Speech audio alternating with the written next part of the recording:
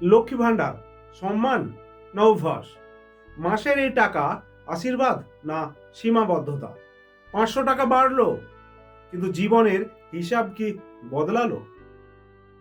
আজ আমি কারো পক্ষে বা বিপক্ষে কথা বলতে আসিনি, দোষারোপ করছি না। শুধু গ্রামের গরিব মানুষের চোখ দিয়ে লক্ষ্মী ভান্ডারের টাকাটা সত্যি সত্যি কি অর্থ বহন করে, সেটাই শান্তভাবে বলবো আজ। নমস্কার, আমি সমীর পণ্ডিত।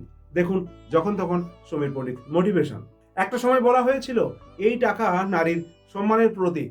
আগে 1000 বা 1200 যাই হোক, অনেক বাড়িতে এই টাকায় অন্তত এক বেলার বাজারটা হতো, ওষুধ আসতো বা ছেলের খাতাটা কেনা হতো। কিন্তু আত্মসম্মানের বড় অনুভূতি।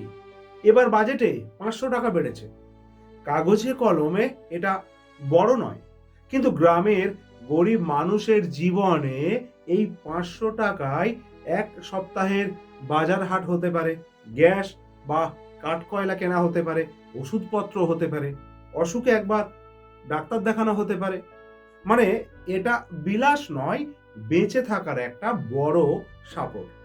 তবু কিছু প্রশ্ন থেকে যায়, এই টাকা কি আমাদের স্বপ্ন বদলাতে পারে, নাকি শুধু মাসটা কোনো মতে পার করতে শেখায়?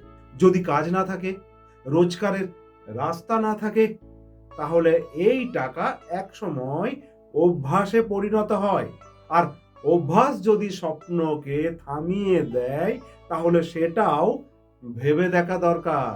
লক্ষ্মী ভান্ডারের টাকা লজ্জা না, গ্রহণ করাটাও ভুল নয়, কিন্তু এটাকে শেষ ভরসা না বানিয়ে শুরু করার শক্তি বানানো দরকার।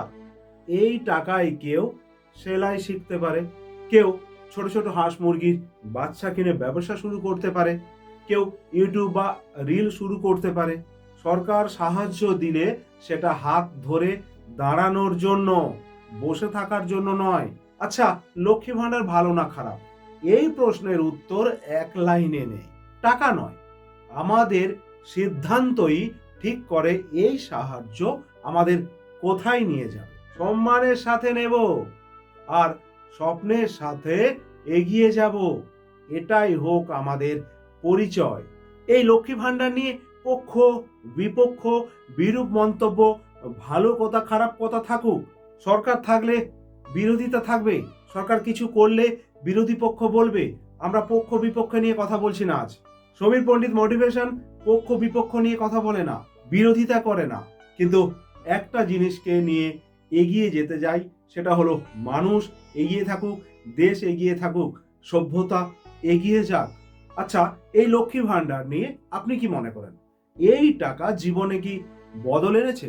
কমেন্টে নিজের অভিজ্ঞতা লিখুন। আর দেখুন, যখন তখন সমীর পণ্ডিত মোটিভেশন, হাতের মুঠোয় এখন দুনিয়া।